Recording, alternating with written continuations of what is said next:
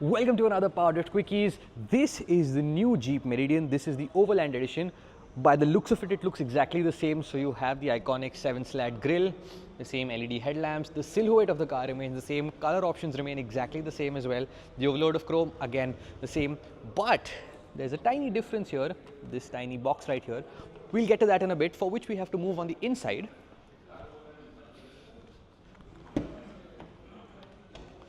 So moving on to the inside, the new Jeep Meridian now gets updated color scheme. So this is the Overland, this is the top of the line one. So now you get this nice tan color scheme, tan and ash gray as I like to call it. This is suede while this is still leather.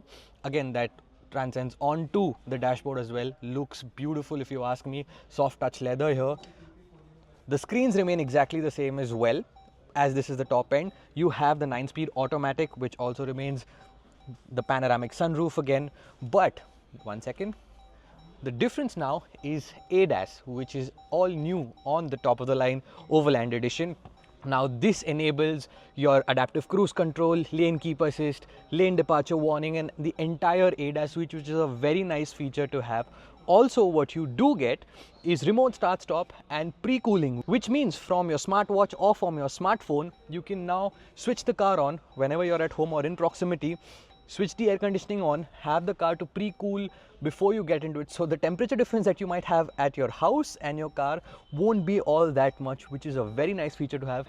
Moving on to the second row of seats, so the color scheme does move on to the back, all the 3 rows. This is the 3-row variant. This is the Overland is going to be available in 3 rows only.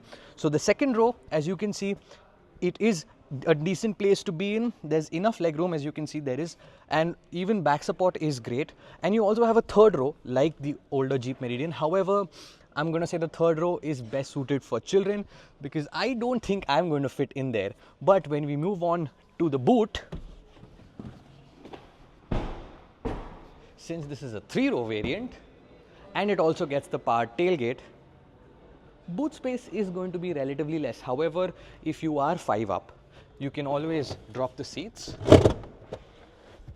and you can have a larger boot.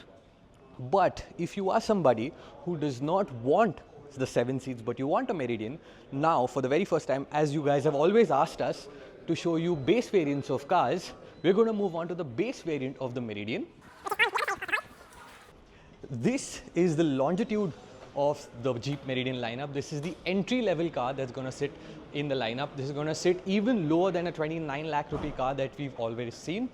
In terms of the differences, there isn't much. As you can see, it looks exactly the same, but the color scheme is different. So now you get a monotone color on this, no ADAS as it shows in the front. But moving on to the inside,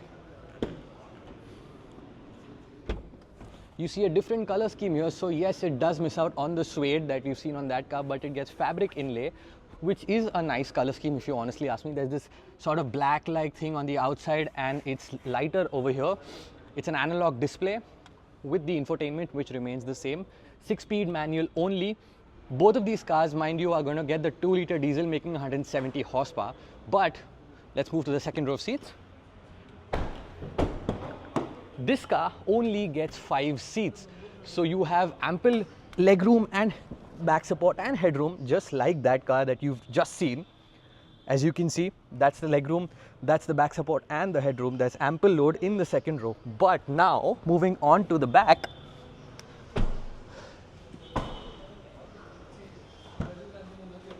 no power tailgate this time around, but over 800 liters of boot space, which is an amazing feature to have. Since if you are somebody who does not want a 7-seat variant, but you want a Meridian with that torquey diesel engine and a manual gearbox, this is a great car to have.